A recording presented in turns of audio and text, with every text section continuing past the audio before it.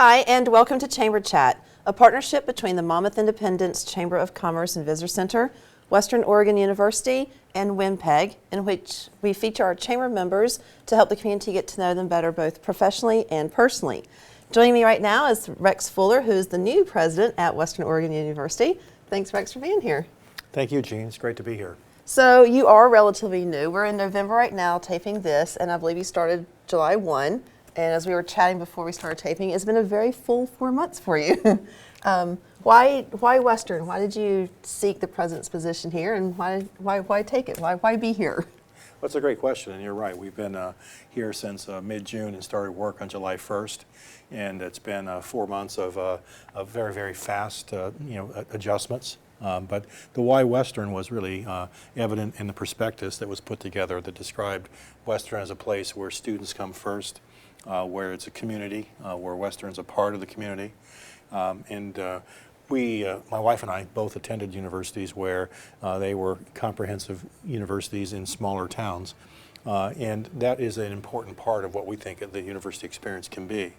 So that was an attractor for us as we think in terms of our role as president and being part of the community. So one commitment we made was we wanted to live in Monmouth, and so we bought a house in Monmouth. And so in addition to the job, we've had to adjust in terms of buying a house, selling a house, and moving and all the things that go with that. So just really not any downtime. Not much downtown at all, no, but it's been a very, very pleasant ride. Everyone's been so welcoming. Well, I know I've heard a lot of positive comments about you and Susan, the outreach that you're doing with the community and the campus. There's just a lot of buzz, and it's really nice, to hear that and to have the excitement with you being here. So in your short time of being here, what would you say really helps to make this community special or unique? Well, I think one of it is just the fact that everyone cares about the success of the community in a large way. So the university as well as community, and so whether we're talking about the City of Independence or the City of Monmouth, the two most immediate locales, all the individuals there are really committed to seeing a high quality of life, seeing the kind of economic development that's appropriate to maintain a high quality of life, but also committed to working together to improve things. And I think that's half the battle, is people coming to the table to say, how can we take the next step? How can we be committed going forward? So one of the things I'm excited by is, again, Western's commitment to being active in the community through projects, internships, participation in the Independence Day Parade, being visible on both main streets, if you will. In long term, Western has to be relevant to the entire Mid-Willamette Valley. And so we have to see ourselves as serving a large region as well. Well, you're referencing being more involved or in the internships and those possibilities. I've been the benefactor at the Chamber of having several interns from Western Oregon, as well as working with different class projects and getting a group of students who have come in and done different projects for the Chamber. And that's been a benefit because you get the perspective of the student, you get the outcome of whatever the product is, and you get to see more of what's happening on campus as well. So I've enjoyed those connections of working directly with the students and it's been one professor the most with whom I've worked, and it's been a great partnership in that sense. And you've got Adri and you got Catherine in the Service Learning Career Development Office, and they've come to a lot of the chamber forums or mixers and trying to build those business connections as well to get more businesses engaged with maybe I do want an intern or the help. And it's just a nice connection that I know I've enjoyed. Well, I think your experience is exactly what we hope will be the experience for many of our students and many of the businesses and organizations throughout the region. One of the things I've tried to do is I've spoken to several service groups since arriving here, is make that a key piece of my ask. And my ask is, give us a chance to be connected. So our hope would be that every student who walks across the platform at graduation in June of every year, they have a diploma, they have a grade point that they've earned, and that's typical of every graduate throughout the United States. But if we can have every student have a portfolio of things they've accomplished along the way, active learning projects, then they're that much better prepared for the next step, be that graduate school or their first job. And so we really are committed at Western, and I've been committed throughout my career about having active learning opportunities for our students. Internships, class projects. And actually, Gallup did a survey of 100,000 recent alums across the United States and asked for those who had a college experience that they really valued, what were some of the key factors. And on the top 6 are internships and long-term projects. So there's actually evidence which suggests that those things make a difference in the long-term viability of the university going forward. And I think it's great that you're promoting that, because with the Gallup poll and those results, and it is important, because if you think about it, when you get out of college and you get, like you said, the first job, if you have some of those experiences, you have more of the confidence, and I know how to do something, or at least how you work in the business setting. It's not as scary to get that first job and go in unsure. Yeah, it allows you to sort of set yourself apart of the hundreds of applicants. It rises to the top when you have relevant experience, where the person making the selection can say, well, let's take a look at that person because of this experience. And I think it becomes a differentiator that can be powerful. So speaking of experiences, what would you say professionally has been one of your greatest accomplishments? Oh, well, I think I'm looking forward to this being my greatest accomplishment, in the sense of having a long ride as president. But I think one of the things I'm most proud of, whether I look back at my first academic administrative position as a dean at the College of Business, and I did that several different places. In each of those areas, I look back on the connections we made with the community as being the long-lasting differences. And so I still get the newsletter from my very first campus in Wisconsin. And I'm proud to say that the internship program there is still thriving. That College of Business is seen as a connector. And it sounds almost too trite to be true, but you really do change the DNA or the culture if you can have conversations with everybody deciding that they're going to make a difference in their community. So I'd say those are probably the things I'm most proud of. And oddly, it's not looking back at classes I've taught or research papers I've written. It's more about the impact on the environment and the culture of the organization. Very nice. Yeah. And it had some great shots that were shown of campus and whatnot. Yeah. What would you say on a personal level has been one of your greatest accomplishments? Outside of our 2 daughters and being married 40 years. But congratulations, 40 years is amazing. So we're very proud of our family situation, and that's been a wonderful ride together. But I still enjoy athletic events and athletic activities, and try to stay active personally. And so one of the things that people don't know about me is I had a chance to be on a USTA men's doubles tennis team several years ago, and we actually went all the way to nationals. Wow! And so it's league tennis, so it's not quite Wimbledon, but it's nonetheless competitive, and we took 4th in the nation that year. So that was an exciting experience to have a chance to compete at a level against other like-minded individuals in a venue that was exciting. Well, congratulations on the placement of 4th. That's awesome. That was fun. I'd like to repeat somehow, but so far we haven't been able to do that. So tennis then would be the sport of choice for you personally? Yeah, year-round it is, and then I'm also a golfer, and I used to jog, but I'm trying to get back into that activity as well. So the Oregon rain's not hurting that too much? Hasn't so far. I mean, I think it's been such a dry season that I'm convinced there's a myth to the Oregon rain, but today it's raining outside, so it's nice to see that happen again. Yeah, it has been I've been here for a few years now, and it's definitely been a very unseasonal year so far as just the weather in general. So you kind of already stole the favorite question I get to ask every time is, what's something about you people don't know? So tennis would be your answer to that. Is there anything else that really would surprise people about you, that a skill or a hobby? With my job, between tennis and golf and then the chance to do the job, that's about as much time as I have. At one time, I used to bake bread and do things in the kitchen on weekends, and I haven't done that in a long time. But I can imagine once I retire, getting back into more active cooking and baking kinds of things. But I wouldn't say those are hobbies today. That they're time intensive, as everyone knows. And since you want the long-term career as president, you're not going to be in the kitchen anytime soon. So. The goal is to make sure I do the best I possibly can do in the role I have. And I do want to also point out that Western Oregon is going to be our host for our monthly mixer. We do a mixer every 3rd Thursday of the month, and in November on the 19th, Western is going to be our host site, and you'll be there. So it's an opportunity for the businesses and others in the community who maybe have not had the opportunity to meet you to come out and shake hands and chat a little bit. And we'll be in the Willamette room from 5:30 until 7. So again, just a great opportunity for people to hopefully come out. So welcome, please be invited if you'd like to. We hope you come out and check out the campus. And the other thing we hope you do is maybe see the campus if you haven't in a while. There's a lot of changes. Susan and I try to go up and down Main Street in both Independence and Monmouth and and have our business here locally wherever we can, and look forward to meeting those business owners that I haven't met so far. Well, great. And so really glad that you were here with me this morning, and welcome again to the community. I think you and Susan are doing a fabulous job, and it's exciting having you here. Thanks, Gene. It's great to be here.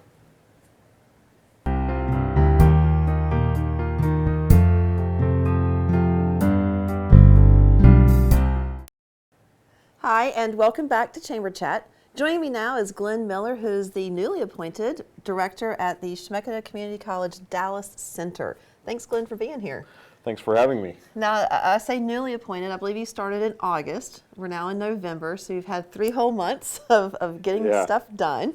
Why choose the Dallas Center? Why that place? Why Dallas? Why this area? There's a couple of reasons.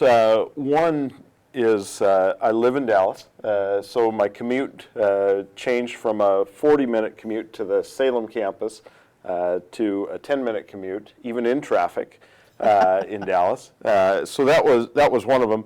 The other reason is I've grown up in Polk County, Dallas area, and I wanted to get back to working in the community that I live in, and making a difference and impact right here, rather than at the bigger community of Salem. So that's why I really like working at Dallas. There's a chance to be involved in the communities, and we're trying to get more and more going on over here in the Monmouth Independence area. I know it's called the Dallas Center, but we're really trying to move to a regional focus in all of Polk County. So I know you've got some classes now. The Dallas Center has done some partnerships with Central School District, and you're offering some programs at Central High School. Can you tell us more about that? Yeah, we're appreciative of Central High School giving us their classrooms in their college wing, and so we're primarily offering evening classes there in basics. This term we're teaching a couple of math classes, we're teaching a geology class, and then through the rest of the year we'll continue to teach usually two to 4 classes per term there at Central High School. And has there been a pretty good response? Because it's a newer program, so I'm assuming it'll take some time to build, but has there been a pretty good response?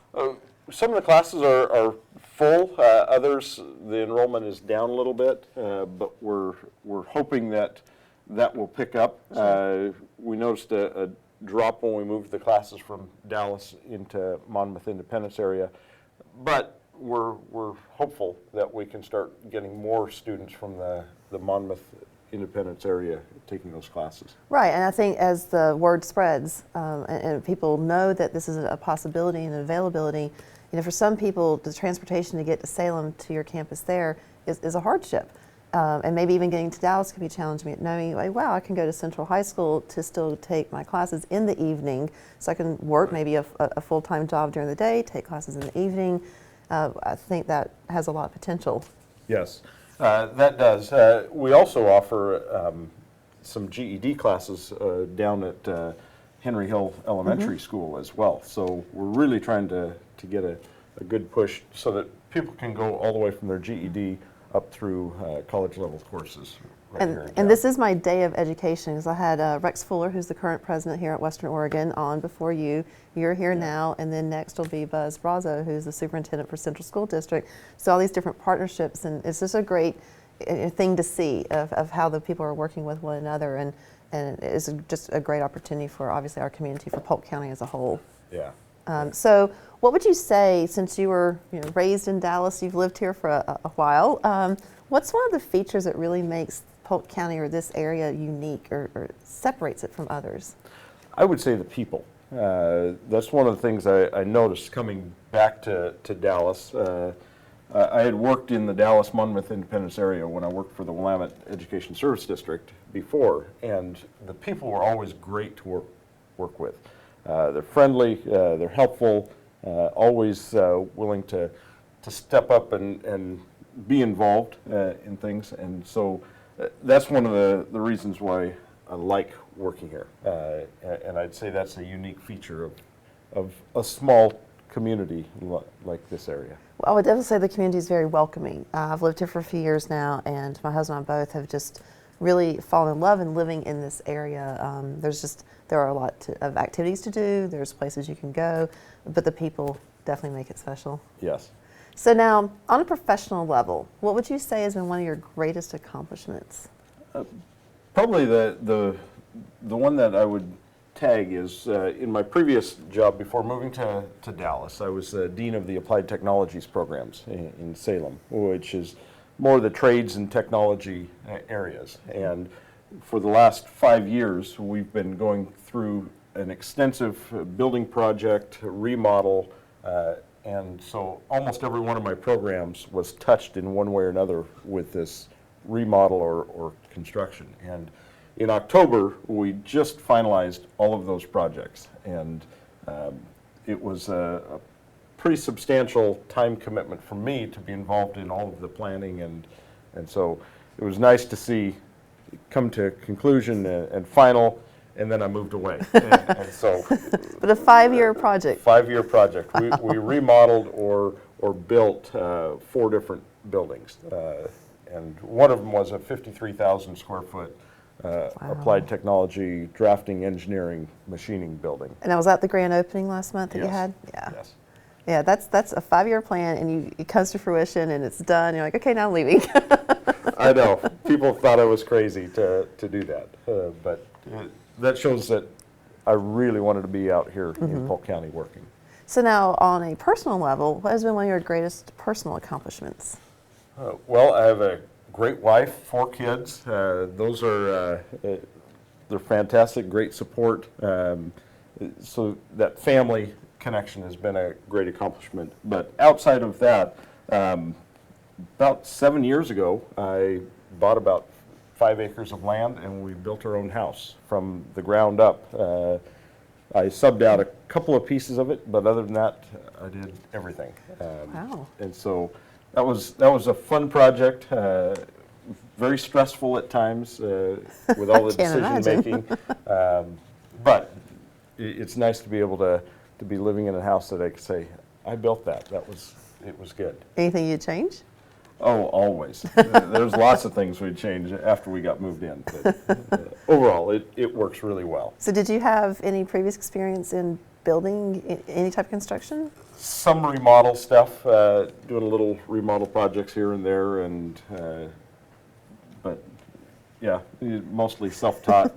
Read lots of books, and I have a brother who's been involved in construction for 30 years, and so tapped him a lot for advice and help too. Wow. So you just woke up one morning and basically said, I want to build a house. It was a little longer than that, but yeah, that Wow. was a big. That's impressive. Big project.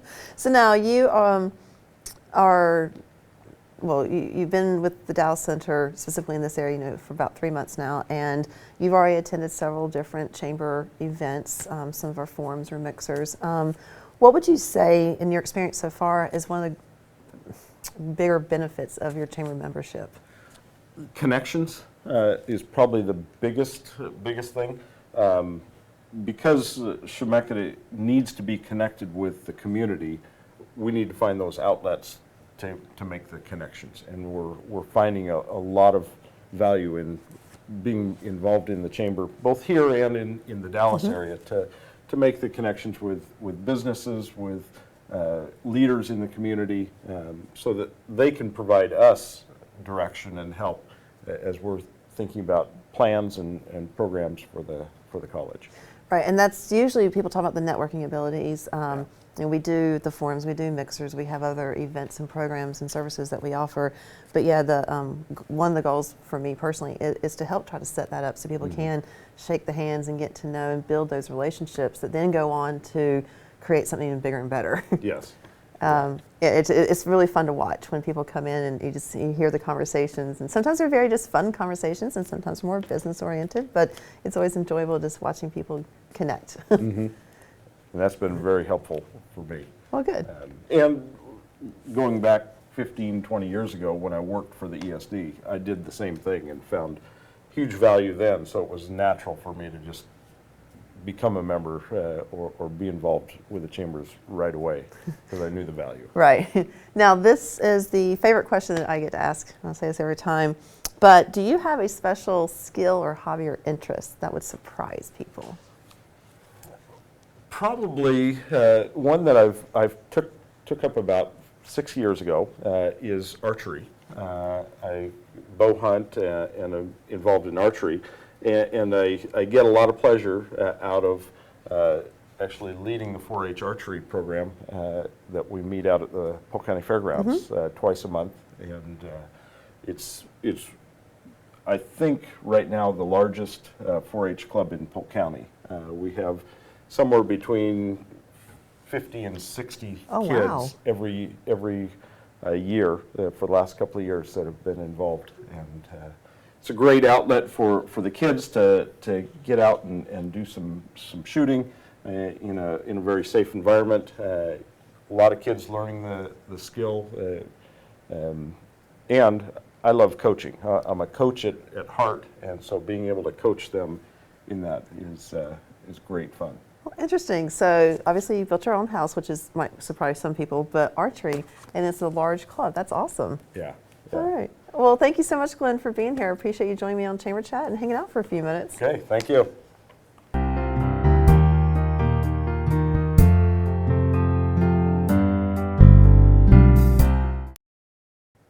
Hi, and welcome back to Chamber Chat. Joining me now is Buzz Brazeau, who is the Superintendent of Schools for the Central School District. Thanks, Buzz, for being here. Well, Gene, thank you for the invitation. I'm happy to be here. So we were chatting a little bit, obviously, before rolling, and I know you're not originally from Oregon. You've been here, though, for a number of years. But what I really want to know is why the Monmouth Independence community? Why did you choose to apply, accept the position with Central School District? Why here? Well, you know, when we were in Eastern Oregon, and they had a wonderful position in the Hermiston School District, and we wanted to get over back on the west side of the mountains. We have a lot of family over here, and I was really comfortable in Eastern Oregon. And when we began to talk about it, I told Kathy I really wanted to be in a place like Hermiston. And what I mean like Hermiston, we had one high school in town. We had about 15, 16,000 people. We had 3 stoplights, those type of things. And I liked the makeup of the school. And so as I began looking around in various areas, it became really interesting. And when I came here, gosh, it was a one high school town. And when you add the populations, about 16, 17,000 people, agriculturally based, it just seemed all things fit. So we made it's the only job I actually saw it as a superintendent. And so we were interested in it, and it seemed like a fit. I came over here and interviewed, and I remember driving up Monmouth Avenue, or is it Monmouth Street? Which one Monmouth is it? Street. There you go. And I always get those two confused. And just realizing, the thought came to my mind how badly I really wanted to be here. So it was, I think, a right fit. Well, and you've been here now for 4 years, a This little is over my 4 fourth years. year, yeah. Which is hard to believe because it seems like yesterday I remember meeting you, and I had just started with the chamber, and then you came in a few months after, and wow, it's been 4 years. There you go. There you go. So in your time here, what would you say is something that really makes the Monmouth Independence area unique or separates us from others? Well, I think it's the people. The people in the sense of community. I came here, and of course we knew no one, and we hadn't been involved in anything, and just the fact that you were invited to be involved, and then when you offered to be involved, you were accepted, and so it was, again, one of the things as I was looking to match the communities I had been in, it was very refreshing to see that you could be part of the community. So I think that the people in general are the things that the one thing that really sets this area apart from other areas that I'm familiar with. And it's definitely easy to get involved here. There are a lot of different opportunities, and sometimes as soon as you accept one, you find many more. That's true. And actually, I've been really poor at some of the chamber events lately, so I have to apologize for that. I need to get back on track. No, you're with fine. that. You're a very busy man. Superintendent says a lot. Just the title alone says a lot. So what made you go after a superintendent position? I think it came to the fact that I think one of the opportunities you have in education is you have the opportunity to impact. And when I look at the opportunities, whether it was in the classroom or as a principal, that you had to make a positive impact. It really is, how could I take a step further? And I know that when I first got into administration, the reason I got into administration was that the years and years ago when I was in college, I can't remember which election it was, but I didn't like the presidential candidates. And I made a comment. I was in a restaurant, and I have a very quiet voice, as you well know. And I was making a smart aleck comment about the fact that I was going to exercise my right as an American and not vote because I didn't like any of the candidates. And this little older gentleman, who, as I'm sitting in the chair, walked over to me and was looking at me eye and eye, started to chew me out. And he was a veteran, and he told me, I fought for you to have that right to vote. And if you're not going to use your right to vote, then you need to not be involved and you need to shut up for 4 years. And I never forgot that. And I can remember in the late 80s and early 90s, I was discontented with some of the things that were happening in the various schools. And I was challenged to, why don't you go into administration? And I remembered that thing, and I thought, if I wanted to gripe, I better get into administration. So I made that move there. And I think you have the opportunity to really step back and look at things. And every now and then you make a decision or you do something that allows kids or staff or community to have some success. And those are just things that I felt that maybe I had the ability to do it as a superintendent, so I tried to do it. Well, it's impressive that a comment that a gentleman made many years ago still rings true in your mind, and probably it has inspired you in other ways as well. I still hear it. Not only the fact of his challenge, but the fact that so many people have fought so hard and given up so much for you to have that opportunity. That throwing it away is just not an option that I felt I had. So you're on this educational experience, if you will, and that man probably has no idea what his words, what they did, how it inspired you to move into what you're doing now. He probably just thought, he was having a conversation with a young man and went on about his day, and now here you are still quoting him, basically. Yeah, I'm sure he walked away from that saying, I ripped this right. kid. So. Well, you think about that, that's the power that teachers and administrators, you as a superintendent, that you have when you work with students. Earlier in this session, I interviewed Rex Fuller, the new president of Western. We just had Glen Miller, the new director at the Dallas Center for Chemeketa. And now we have you, so it's a very education day. But you think about the responsibility and the power and the impact that all of you have in your roles and how that impacts the students of all ages and levels. It's really quite amazing if you think about just what that means to our community. Well, it is, and I think, I think the K-12 actually, of course, Glen and Rex both inherit whatever it is we do or don't do. And so I think that the K-12 level, we really have to recognize how important it is to make sure that we provide the necessary example. I remember I had a teacher in Hermiston who did, I thought, a great job of teaching social studies. And one of the things that he did that he didn't tell the kids about to start off with, but as the year went on, if they didn't catch on, he showed them, is that as he was teaching a topic, if he was giving them the version of the left side of the topic, he'd stand on the left side of the room. If he was giving them the version of the conservative or the right side, he'd stand on the right. And if he was kind of being a centrist, he'd be in the middle. And it was really interesting how he used that as a method to do things. So I think we always have to be careful in how we present things because the kids are picking it up. Mm-hmm. And if we do, social studies is a classic example. If I'm going to provide you with the most liberal point of view, I need to give you the most conservative point of view so that you can make your own point of view. And so I think it's critical at K-12 that we do those type of things. And we always have to be cognizant that everything we say or do is going to be listened to by somebody. And you don't know when that's going to come back and ring true to someone like the gentleman who impacted you. So what would you say has been one of the greatest professional accomplishments? Well, I would have to tell you, as a person that's been teaching and coaching for 30 years now, it's not something I've done. It's something that the kids have done or something that the people have done. And I think right now what rings true to me probably would be the Central Health and Wellness Center. Mm-hmm. The fact that we as a community, and this has nothing to do with me, it has to do with Western Oregon University, it has to do with Polk County, it has to do with West Valley Hospital, it has to do with Capital Dental. It has, you know, the Spirit Mountain folks were involved, Ford Family Foundation. I mean, all of those various Right. groups came together to provide an opportunity and a service to our community. And if there's something that, you know, rings true to me right now, it would have to be that, I think. So now on a personal level, what would you say has been one of your greatest accomplishments personally? Oh gosh, it has to be my family. It has to be my family. You know, I've got 5 wonderful children and 12 grandchildren, and just the opportunities that you have to be a dad or to be a grandpa.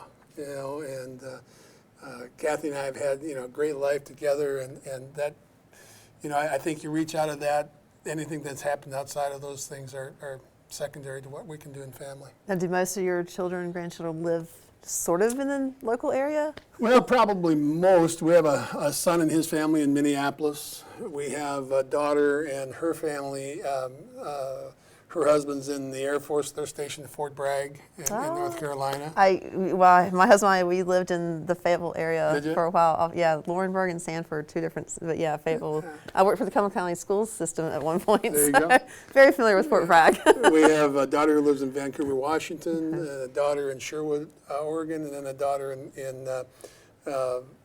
down in the Medford area. So at least 3 of them are in the general vicinity. That's not too bad. You know, my mom's back in North Carolina, so we're like, you know, 3,000 miles. Yeah. So, now, my favorite question that I ask every time, do you have a skill or hobby or an interest that would surprise people?